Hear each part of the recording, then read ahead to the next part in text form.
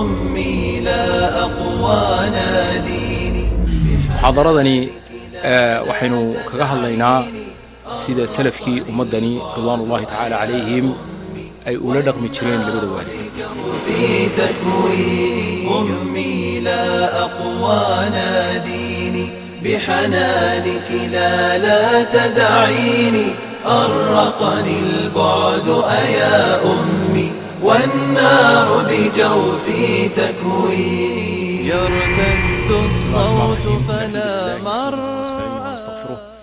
ونعوذ بالله من شرور أنفسنا ومن سيئات أعمالنا. من يهده الله فلا مضل له ومن يضلل فلا هادي له. وأشهد أن لا إله إلا الله وحده لا شريك له وأشهد أن محمدا عبده ورسوله صلى الله عليه وسلم. يا أيها الذين آمنوا اتقوا الله حق تقاته ولا تموتن إلا وأنتم مسلمون. يا أيها الذين آمنوا اتقوا الله وقولوا قولا سديدا يصلح لكم أعمالكم ويغفر لكم ذنوبكم ومن يطع الله ورسوله فقد فاز فوزا عظيما. أما بعد فإن أصدق الحديث كتاب الله وخير الهدي هدي محمد صلى الله عليه وسلم وشر الأمور محدثاتها وكل محدثة بدعة وكل بدعة ضلالة وكل ضلالة في النار. نعوذ بالله من حال أهل النار. أيها الإخوة والأخوات، السلام عليكم ورحمة الله وبركاته. محاضرتني waxaynu kaga hadlaynaa sida salafkii ummadani ridwaanullaahi tacaala calayhim ay ula dhaqmi jireen labada waalid. sidaynu ognahayna ayuha alikhwa walakhawaat,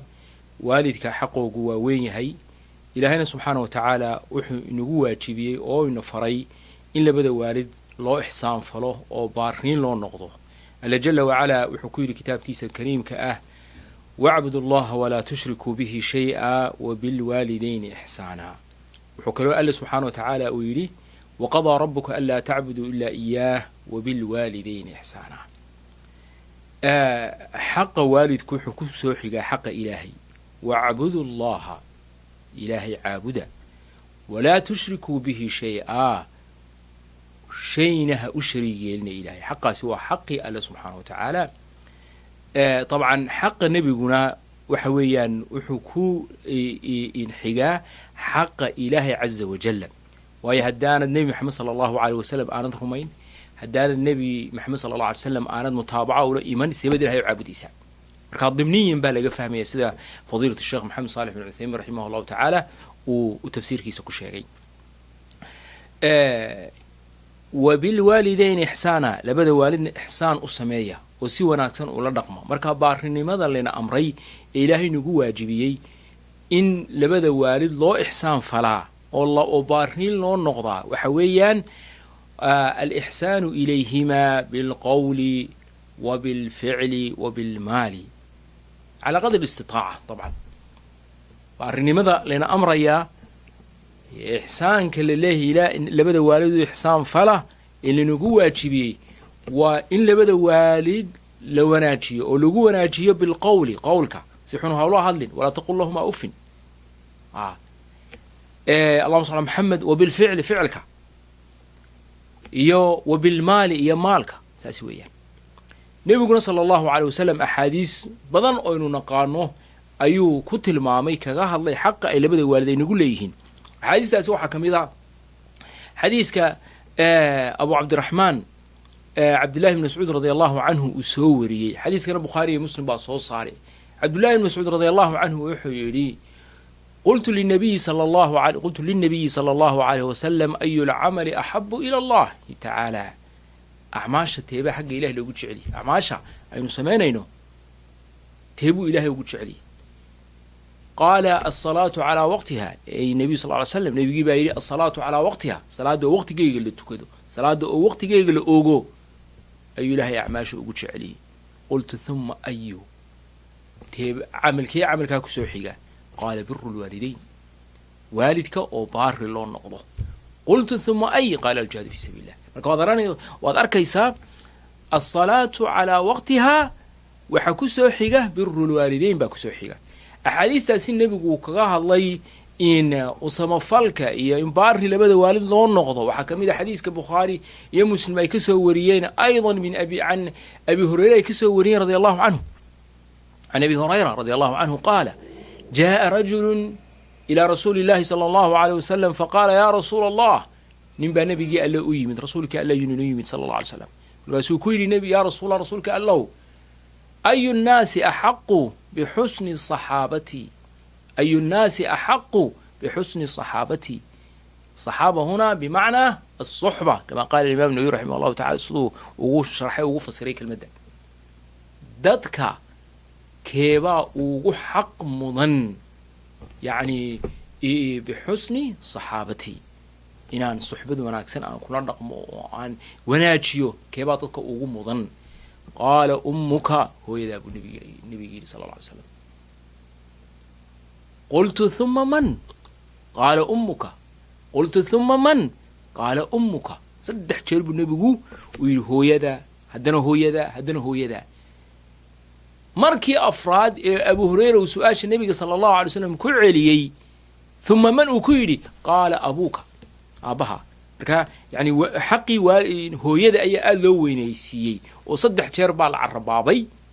aabihii baa lagu xigsiiyey umar afraadkii la sheegay bimacnaa xaqa labada waalid ay leeyihiin waad ka fahmi kartaa aayadaha qur-aanka iyo axaadiistaasi muxaadaradan maantana ugumaynaan talagelin inaynu sardino oynu soo taxano oynu sheegno aayadaha faraha badan iyo axaadiista faraha badan ee lagaga warramay xaqa labada waalid ay leeyihiin laakiin waxaa muxaadaradana ay ku wajahantahy oo ka hadlaysaa sida salafkii ummaddu ridwaanullahi tacaala calayhim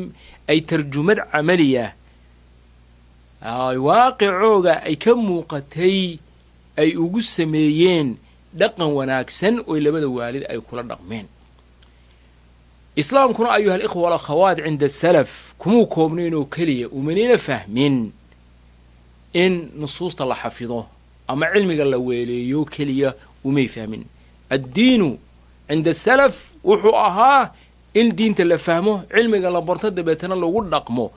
masalada in cilmi badan la ururiyo ama qur-aanka la xafido oon lagu dhaqmino waa ishkaaliyaad waxay ka mid tahay ishkaaliyaadka mujtamacaadka muslimiinta maanta wajahaysa waxaad arkaysaa yani madaaristii qur-aanka oo meel walba ku faaftay carruurtii qur-aankii la xafidsiinayo wahaadaa wax fiican weeyi laakiin jaanibka tarbawiga ah carruurta marka qur-aanka la xafidsiinaya waa in loo raaciyo in la fahamsiiyo in qur-aanka la xafdiya inuu baahay ku dhaqan oo hadhow markay koraan ay teenage noqdaan ay caqliistaan ay qaangaaraan ay baaligiin noqdaan qur-aanka waa inay ku dhaqmaan oo diintani ay noloshoodii ay ka muuqato markaa salafkii ridwaanullahi tacaala calayhim awalan qabla kulli shay waxay ka cabsan jireen inay cilmiga weeleeyaan inay qur-aanka xafidaan oonay ku dhaqmin ila waa mas-uuliyad weeyaane kullamaa aad cilmi sii siyaadsato kullamaa aad qur-aan sii xafido ama axaadiista nebiga aad sii barato ama fiqiga aad barato waxay mas-uuliyadaadii way sii kordhaysaa waxaa lagaa doonayaa lagaana dalbayaa inaad diintani aad ku dhaqanto ood waaqicaaga ay ka muuqato walidaalika ayaa waxaan doonaynaa bal waaqiceennan maanta aynu ku noola intaynu ka dhex baxno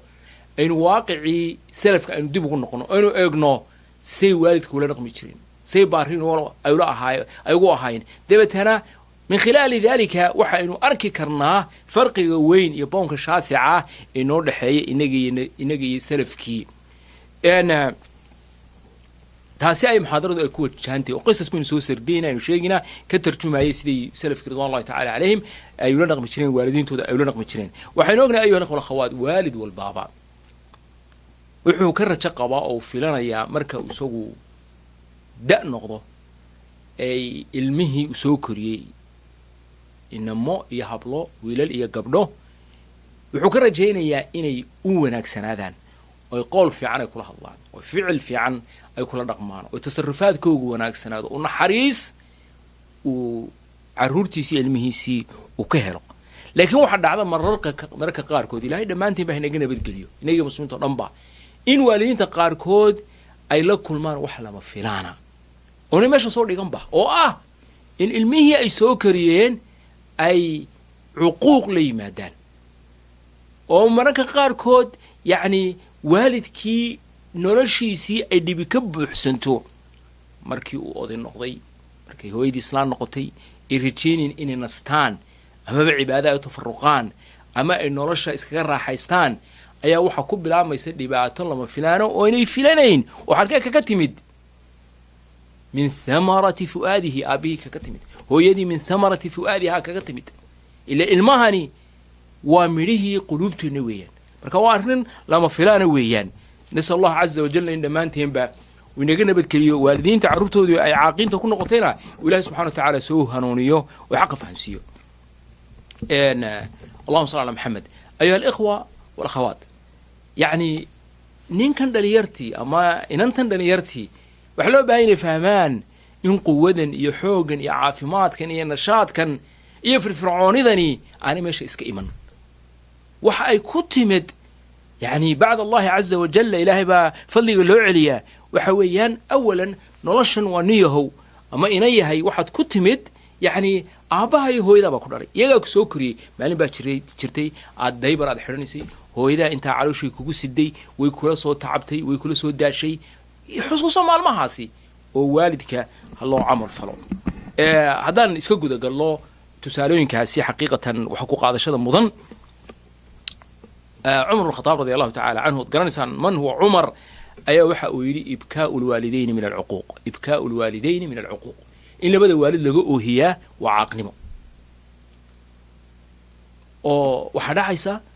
yani in uu ilmihii aabbihii iyo hooyadii kaga oohiyo biqowlin qaalahu aw bificlin facalahu aw bitasarufin dhaqanuu ku dhaqmay, xaqay ku lahaa inuu siin waayey. yani carruurtuna inay masaladaasi ay ugu fiirsadaan weeyaan. yani markaad hooyadaa ka oohinayso mararka qaarkood in hortaada ka ooydaa laga yaaba, tasarufaadkaaga xunxun aawadeed, hadalka foosha xun eed aabbihi hooyo aad kula hadlayso inay hooyadaa hortaada ku oydo, ama xitaa hadday ooyi weydaba markay qolkeyga ay ku noqotay gasho inay oydo ayaa dhici karta. waalidka oo laga oohiyaa waxa weeyaan waa caaqnimo loo baahay in qofka mu'minka uu ka taxadiro oo loo baahay inuu ka fogaado. abu hurayra radi allahu tacala canhu qisadiisa taqaanaan isii hooyadii waa tii aan muslimadda ahayn markii hore nebiga ayuu u yimid sala allahu alay wasalam wuxuu ku yidhi yaa rasuula allah udcu liummi abi hurayra. abu hurayra hooyadii u ducee buu nebiga ku yidhi sala allah alay slam. abu hurayre hooyadii u ducee, muslimad may ahayn. nebigii baa u ducee yidhi ilaahow hanuuni abu hurayre hooyadii. gurigii markuu kusoo noqday waa ka helay hooyadii oo muslimtay oo islaama. marka abu hurayra radi allahu tacala canhu dabcan wuxuu la jeclaa hooyadii, waana ididiilo waalid iyo walad walba oo wanaagsan oo saalixii ay jecel yihiin. yani yaan jeclayn in waalidkaagii iyo waalidiintoodii iyo duriyadaadii iyo carruurtaadii iyo rag iyo dumarba inaad jannada aad kula kulanto. abu hurayra taasuu doonayay, si aawadeed ayuu nebiga uu yidhi ilaa nebiga allah sal slam u ducee abu hurayre hooyadii in ilaahay hanuuniyo. baar buu ahaa, wuu samafeli jiray ilaa la yidhi mar allaale markuu guriga ka baxaayo abu hurayra radi allahu canhu albaabka hooyadii ayuu hortaagi jiray, suu salaami jiray, assalaamu calayki waraxmat ullahi wabarakaatu. sayiduna saasay ugu jawaabi jirtay, assalaamu calayka waraxmat ullahi wabarakaatu yaa ummi. saa wuxuu odhan jiray intaan u bixin ayuu odhan jiray yani ilaahay ha kuu naxariisto hooyadeey kama rabbaytani saqiiraha, si aad ii soo korisay anigoo wiil yara, ilahay ha kuugu naxariisto. aad soo korisay nicmadiiba xusuusan yihin, ismuu ilaabin. sida kuwa badanoo maanta nool carruurtaa ay iska ilaabayaan, siday hooyadii ula soo daashay, sida aabbihii ula soo daaray, in juhdigii lagu bixiyey, dadaalkii lagu bixiyey, sidii loo dhaqay. iyana waxay ku oran jirtay raximaka allah, adigana ilaahay oo kuu naxariisto sida aad baari aad igu tahay anigoo weyn oo magaranaysaa da'ah. cabdullahi ibn mascuud radi allahu tacaala canhu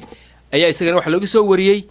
hooyadiibaa waxay weydiisatay biyo ayay ka dalabtay, biyo ay cabto fi ixda layaali, habeenada qaarkood. dabeetana cabdillaahi radi allahu canhu fadahaba liyajii'a bilmaa'i, biyihii buu tegey oo uu soo qaaday. falamaa jaa'a wajadaha naa'ima, markii hooyadii u yimid ayaa wuxuu arkay iyadoo hurda ayuu hooyadii u yimid. fawaqafa bilmaa'i cinda ra'siha xata sabax, ilaa waa berigii aroornimadii ayaa hooyadiibuu koobkii biyaha ama weelkii biyaha ku siday ayuu la ag taagnaa. waayo wuxuu is yidhi haddaad kiciso wuxuu ka baqanayay iscaajaha, inuu hurdadeeda ka qashqashaado ayuu ka cabsanayay. ha iska hurda buu yidhi. haddii biyaha ula tagana wuxuu ka cabsanayay intay kacdo ay tiraa biyihii meeyaan. waad arkaysa ayuha alikhwa alakhawaat, yani madaa xirsihim, heerka uu joogay dadaalka ay ku dadaalayeen in labada waalid ay u baariin ay u noqdaan, oo qowl iyo ficilba xitaa salaanta aad waalidka salaamaysaa ayuha alakh wa ayatuha alukht waxa weyn waa ixsaan falid lagaaga baahanyay inaad ku dadaashid. عبد الله بن عمر بن الخطاب رضي الله تعالى عنه oo dadkiina talabtu cilmiga taqaanaan siduu ugu adkaa ku dhaqanka diinta iyo raacitaanka sunnaha nabiga sallallahu alayhi wasallam ayaa ibn dinar baa wuxuu ka soo warinayaa عبد الله بن عمر oo fi طريق مكة socday ayaa waxa uu la kulmay nin Arabiya فسلم عليه ninkii Arabiga ayuu magaranaysaa in uu salaamay wuxuu yiri war in hebel soo matidha markuu salaamay ayaa waxa weeyaan dameer uu watayna faataahu alhimar dameerkiina uu siiyay way wuxuu kala siiyay cimaamatan ala ra'sihi cimaamad uu madaxa ku xiran jirayna uu siiyay bal fiirso soo hebel matid aba soo hebel mu ahayn dameerkii bii fuul cimaamadiisiina uu siiyay ka ibn dinar baa wuxuu ku yiri aslahaka allah إنهم الأعراب وهم يرضون باليسير وأعراب ورمي إن عمامة دي ملحات كحرنسي إيا الدميركي أدفوليسي لبا أسكو درتو حتى أدوح يرسين لحايد وحويان إن تاسا معنا مقرانسا رالي جنين لحايد مركا عبد الله بن عمر رضي الله تعالى عنه وطانين كلها صحابته دينتا إن لحفظيو أولا ويليو oo ma garanaysaa cilmi badan leeyahay kaliya uma haysan waxay garanayeen xadiis walba oo nabiga ka maqlaan sallallahu alayhi wasallam inuu baahan yahay tarjumad la tarjumo oo lagu dhaqmo marka xadiis wuxuu samictu rasuulullaahi sallallahu alayhi wasallam rasuulkii alle ayaan maqlay buu yiri inna min abarri albirri an yasila ar-rajulu ahla wuddi abihi wuxuu yiri inna min abarri albirri baarinimada ta ugu baarisan waxa kamida an yasila ar-rajulu ahla wuddi abihi in ninku uu xiriiriyo dadkii aabihi saaxiibada ay haayeen uu jeclaa markuu dhinto kadib marka wuxuu yiri wa inna abaahu kana sadiqan li Umar wa inna abaahu kana sadiqan li Umar ninkan aan cimaamadaydii iyo dameerkaygaan isku dareensiyeena waxa weeyaan aabihiiba Umar saaxiibkii ahaa wa inna abaa kana sadiqan li Umar buu saaxiibkii ahaa bal eega yani cidii ay aabihii saaxiibka ahaayeen oo kaliya ma xiriirinayo wuxuu xiriirinayaa yani Umar saaxiibkii ilmihiisii iyo inankiisii ayuu xiriirinaya taasina waxay ku tilmaamaysaa ayuha al-akh wa ayuha al-ukht sida ay salafkii ay ugu dadaali jireen in diintan ay u tarjumaan waaqic amaliya oo ishu ay aragto in lana dareemayo Umar Abd Aziz rahimahullah ta'ala ay isaguna waxa uu yiri adeenu ka nimaadna saxaabadii wuxuu yiri la tusaaxib aaqan mid aaqa oo aabihi ku xun oo hooyadii ku xun saaxiibha ka dhigan aaqan li waalidayhi saaxiib waliga ka dhigan waayo wuxuu yiri yani seebu adiga ku wanaajinaya isagoo aabihi iyo hooyadii caaq ku noqday haddaad aragto qof caaq ku ah hala saaxiibin ee ka fogow mujaahid oo Abdullah ibn Abbas ardaygiisii ahaa ayaa waxa uu yiri laa yanbaqi lil waladi an yadfa'a yada walidihi idha darabahu uma banaana ilmaha wiil iyo gabarba haddii aabuhu uu doono inuu magaranaysaa uu edbiyo oo gacanta ku dhufto gacantiisa ha iska celin oo aabaha riixin maalinka maanta hooyaha iska riixin dabcan islaamku ma banaynayo in ilmaha yani la abuuskareeyo wajiga laga dhaco laga garaaco dakharo magaranaysaa lagu dhufto dhiig laga keeno laakiin marka qaar kood waxa dhici karta sidaan ku soo kornay in aabuhu saasi magaranaysaa ama garabka ama uu kaaga dhirbaaxo wuxuu mujaahid leeyahay uma banaana ilmuhu inuu gacanta aabihi ama hooyadii sidaa iskaga celiyo waxa weeyaan haddii uu doono inuu maanta waxay gaadhay heerku yani kuwa caruurta kamida ilaahay dhammaantiin baa inaga nabadgeliye in waxa weeye miyaad arkaysaa wiil hooyadiisa u riixaya miyaad arkaysaa wiil aabihiisa u riixaya waxa weeye waa waxyaabaha cajiibka ee ilaahay in magangeliye laga weydiisto u baahan wuxuu kala yiri waman shadda an-nadara ila walidayhi qofka indhaha sidaa ugu fiiqay indhaha ku taaga labadiisa waalid baari uma habu yiri waman adkhala alayhima qofka waalidkii labadiisa waalid u sababa wax murug geliyana waa caaqib indhaha ku taagin labada waalid caaqnimada ayay ka mid tahay waalid labada waalid hooyada sidaa inta indhaha ku soo fiiqdo hala murmin aabaha la murmin waxa weeyaan waayo taasi baarnimo maaha ha uu keenin aabaha iyo hooyada wax murug geliya waayo haddii aad u keenta aabihi hooyo wax murug geliya waxa weeyaan waa caaqnimo waa wax ilaahay subxaanahu wa tacaala aanu raalli aanu ka ahayn. way ayuha alikhwa walakhawaat haddaynu kusii socono tusaalooyinkaasi ka warramaya salafkii ridwaanullahi tacaala calayhim. حيوى ابن شريح عالم وين بوها حتى الحافظ ابن حجر في تقريب التهذيب أي وحويلي أبو زرعة المصري ثقة ثبت فقيه زاهد ولكن أنتو سكودري يعني ينتسكيديسا وحيوى ابن شريح وأبو زرعة المصري الأورنشري الحافظ ابن حجر وحولي وثقة وثبت وفقيه وزاهد fadligaasoo dhan buu yeeshay yani martabada yani haddii mar hiqa la yidhaahdo dee waxa weeyaan waa nin meel sare ka gaadhay waxa weeyaan in cilmiga iyo warinta axaadiista nebiga sal ly slam faqiihna wuu ahaa zaahidna wuu ahaa. xawa ibnu shurayx ayaa marka xalaqada cilmiga markuu fadhiyo dabcan markuu xalaqada cilmiga fadhiyo dee waxa weeyaan mi'aad min annaas baa la fadhiya yudawinuun wayaktubuun cilmiga iyo axaadiista uu yeedhinayo ayay qorayaan oo way dawinayaan. ayaa isagoo ardaydiisii iyo culimadii axaadiista ka warinaysay cilmiga ka qaadanaysa la dhex fadhiyaa ayaa hooyadii baa usoo geli jirtay xalaqaday ugu soo geli jirtay qomi axayway bay ku oran jirtay kac maxay ugu yeedhaysaa yani xaqiiqatan yani haddaan misaalka haddaan idiin soo taqriibiyo oo idiin soo dhoweeyo waxa weeyaan waa sheekh weyn ama macallin weyn ama brofeseer classroomkii ku jira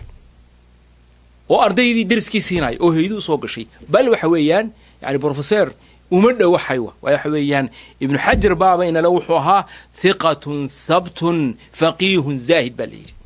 hiqatun thabt waa taskiye aad iyo aad u sarraysa ninka heerkaa cilmiga ka gaadhay iyo warinta uu warinaya cilmiga ayaa isagoo xalaqadiisa dhex fadhiya ayaa intay hooyadii usoo gasho ayay odhan jirtay qom yaa xaywa waxaa laga yaaba intaad isleediin imanka talo hooyadii maxay ku odhanaysaa acim addajaaj bay ku odhan jirtay fa alqi shaciira lidajaaj orodoo in digaag bay lahayd digaaggii wax sii digaaggii maanta wax maynaan siine midhaha sii digaaga dabeetana xalaqadiisuu ka tegi jiray waa si uu u falo wixii hooydii amartay billaahi calaykum yani ila tasawarsada oo khayaalkiina soo geliya yani mashhadkaasi iyo muuqaalkaasi ayuha alakhawaat caalimkaa weyn ee sidaa loo ammaanay ee hooyadii ay u imanayso isagoo xalaqada dhex fadhiya cilmiga ay ku leedahay qom maxay ugu yeedhaysaa orda digaagga xusay maya kamuu keeni jirin in laa ma odhan jirin haybodargarayn ma odhan jirin fayskiisa iyo wejigiisa ma bedeli jirin sida carruur badanoo maanta nool lagu arkay. jacfar alkhuldi wadaadkana bal dhegaysta وحا زاهد بوها استأذن أمه في الرحلة إلى قتيبة هو يذيب كإذا ضلبي إنه قتيبة علم كدونته وأظن وقتيبة بن سعيد إمام وين وإمام مسلم إن مشايخ سكمل ها أيا هو يذيب كل هو يحن دون إياه إن قتيبة علم دونته هو يذيب إذا ما يصير واحد تيجي ما يصير أمريكا هو يذيب قاطع ما تجي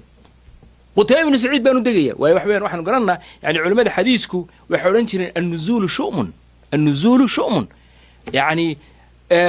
إن الشيخ أد هليلي ويدو وكاهر لنتو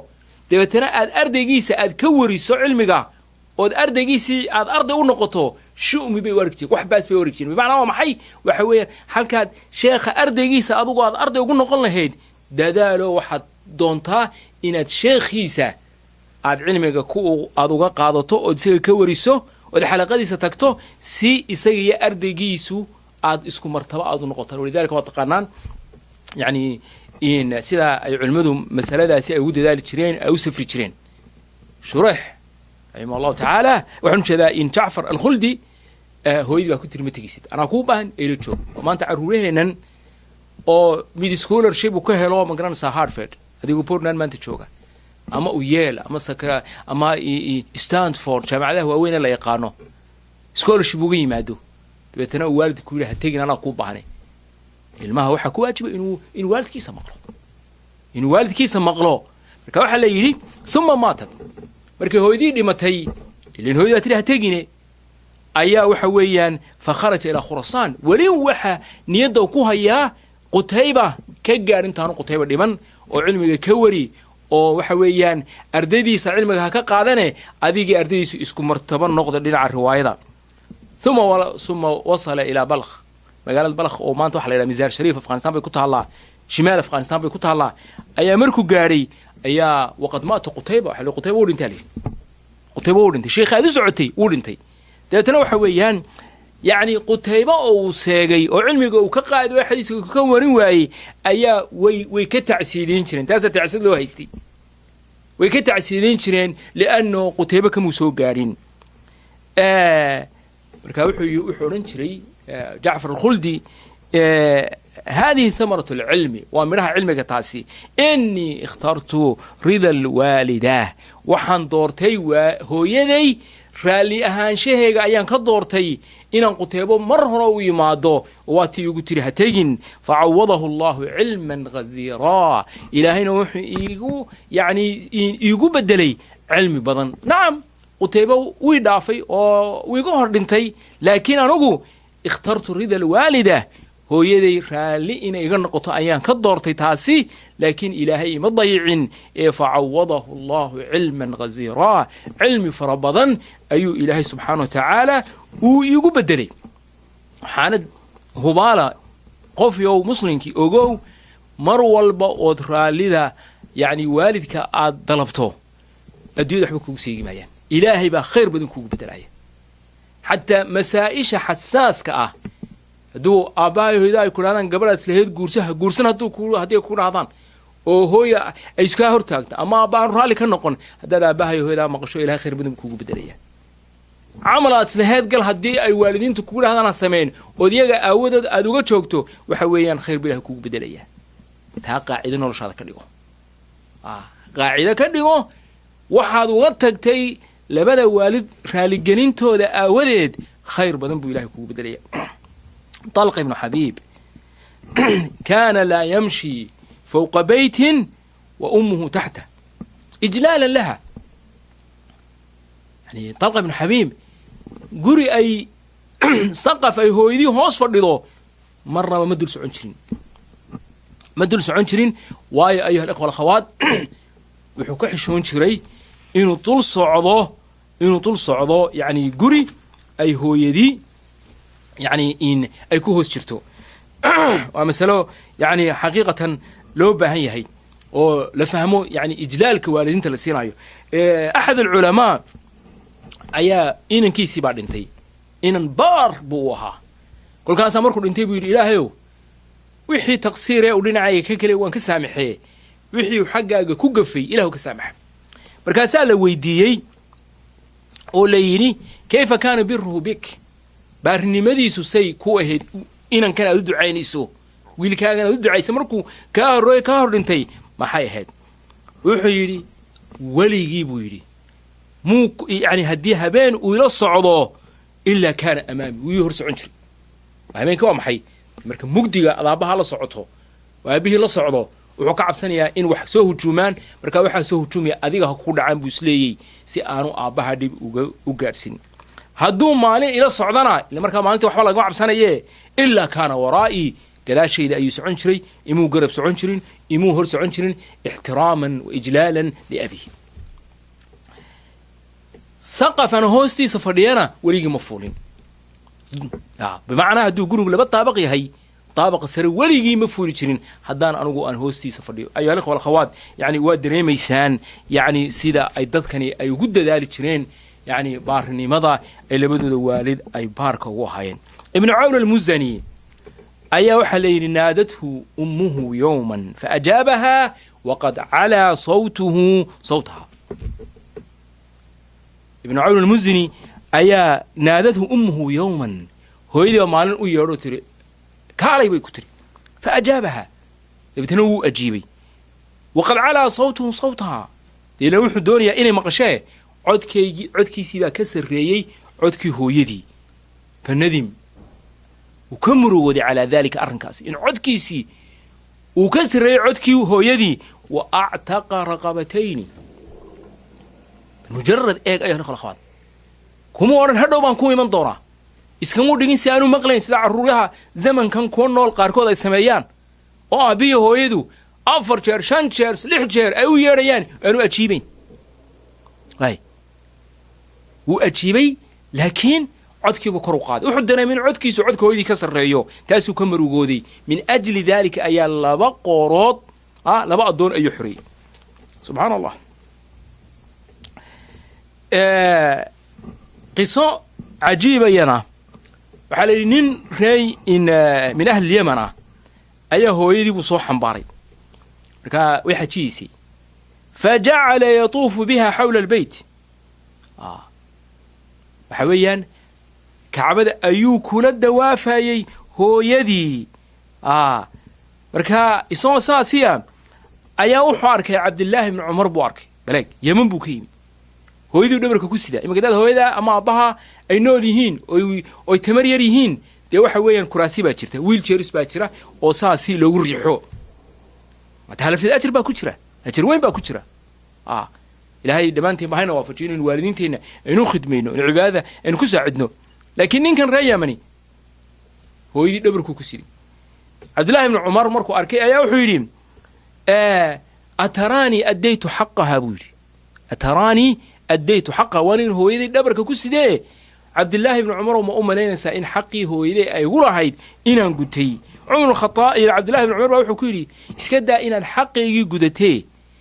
maalintay foolanaysay ee uurka kugu siday xanuunkii ku dhacay in yaroo ka mid ah waxa weeye xanuunkii foosha kaa xitaa laftiisa maaha xanuunkii foosha o dhan maaha xanuunkii foosha in yar oo ka mid ah xaqay kugu lahayd maad gudan buu yidhi saasay u arki jireen raximahum allahu tacaala salafkii ummaddu mas'alada ah in labada waalid baari loo noqdo zayn alcaabidiin oo aynu wada garanayno waa cali ibnu xuseen ibnu cali oo cali ibn abi taalib radi allahu tacala canhu ayaa u ahaa maalinkaa maanta awow u ahaa wuxuu ahaa nin karam badan buu ahaa nin dadka u wanaagsan ayuu ahaa raximahu allahu tacaala xataa waxaa la yidhi ayuha alikhwa walakhawaat waxaa la yidhi zayn alcaabidiin waxa uu ku dadaali jiray inuu dadka masaakiinta iyo dumarka araamisha ah iyo inuu caawiyo oo wax siiyo ayuu ku dadaali jiray ilaa la yidhi markii la maydhayay meydkiisa ayaa dhabarkiisa ayaa waxa lagu arkay dildillaac markaasaa waxaa la gartay in dildillaacaasi uugu dhacay yacni kiintaalladii iyo magaranaysaa alaabadii uu dhabarka ku qaadi jiray daqiiqda iyo saliidda habeenkii ayaa dadka reer madiina kuwa baahan ee masaakiintii foqoradii dumarka yacni laga dhintay ayuu guryahooga ayuu hordhigi jiray waay ninkaasi ayuuhaa waa ninkii lagu ammaanay ee lalahaa idaa ra'athu qurayshun qaala qaa'iluhaa ilaa makaarimi haada yantahi lkaramu oo karamkiisa iyo magaranaysaa deeqsinimadiisa iyo sharaftiisa saasi loo ammaanayay ninka saasi raximahu allahu tacala zayn alcaabidiin waxa weeyaan waana nin kale qasiidada macruufka ah ee laysa alghariibu hariib ashaami walyamani ninka qasiidadaale weeyaan caabid buu ahaa ayaa waxaa loogu yidhi waxaa la yidhi hooyadii buu baar u ahaan jiray hooyadii buu aad u saacidi jiray oo wuu jajabnaa kolkaasaa lagu yidhi waad igan sidan hooyadaa ugu jajabane ee ugu ixsaan samaynaya u wanaagsane kumaanu arag adigoo hooyadaa sixni wax kula cunaya maxaadan hooyadaa sixni waxood aanad ula cunine sixninkeyga saxan aan ahayn aad wax ugu cuntaa bal dhegaysta wuxuu yidhi akhaafu an tasbiqa yadii ilaa luqmatin nadarathaa ummii ilayha waxaanan hooyada inaan sixi aanan ugula cunayn akhaafu an tasbiqa yadii ilaa luqmatin nadarathaa ummii ilayha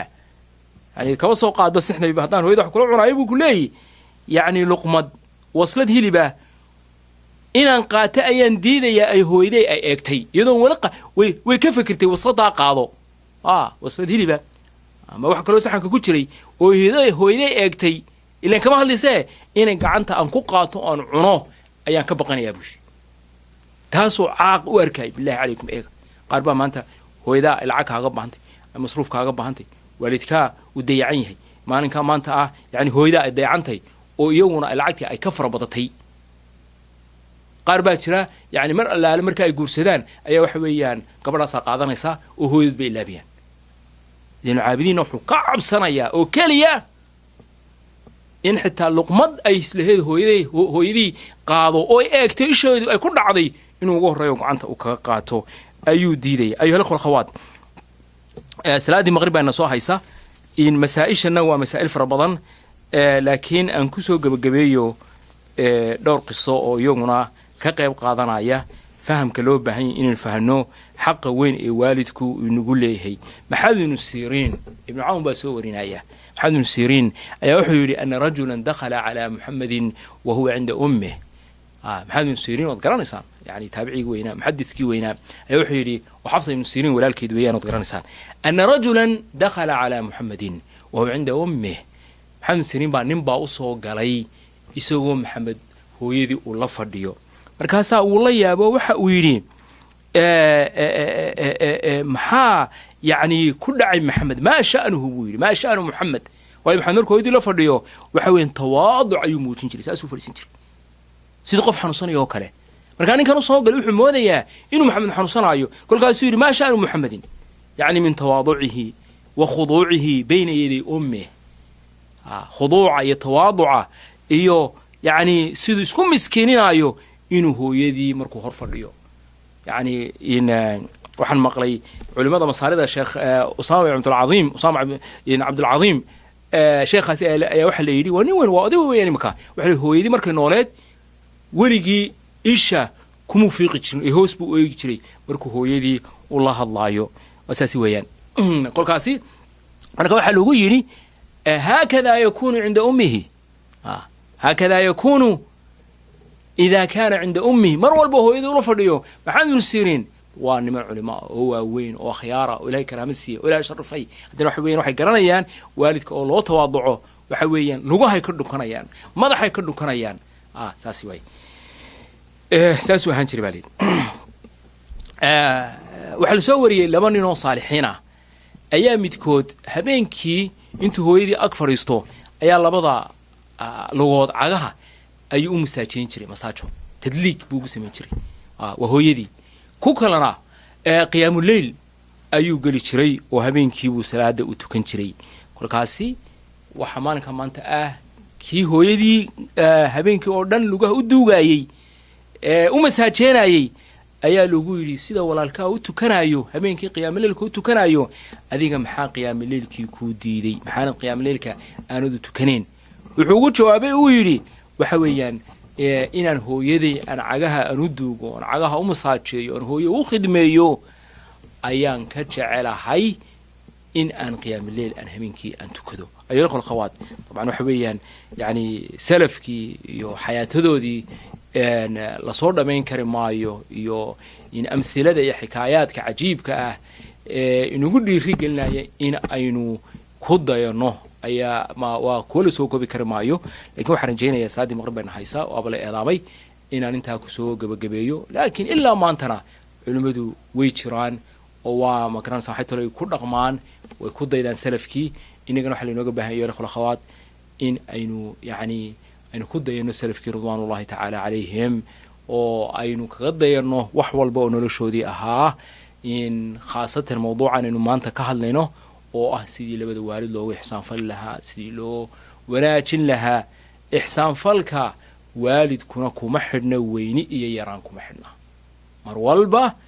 waalidkaagu xaq buu kugu leeyahy. haddii labadaadii waalid nool yihiin ama midkood nool yahay, ku janno tag oo u ixsaan fal. nasal allah jala wacalaa inuu waalidiinteenna intii dhimatay inuu naxariisto, inta noolna inuu cizi iyo sharaf iyo cibaado wanaag uu ilaahay ku noolaysiiyo. dhammaanteenna ilaahay subxana wa tacaala inagii axbaabteenna iyo waalidiintii iyo waalidiintoodiiba ilaahay janatulfirdows inuu ilaahay nagu kulmiyo ayaanu ilaahay aanu ka baryaynaa. waxaan ilahay subxana wa tacaala aan ka magan gelayaa inaan anu dadka xusuusiyo wax aniguna aan naftayda ilaabo. jazakum allahu khayran. wasalaamu calaykum waraxmatullahi wabarakatuh.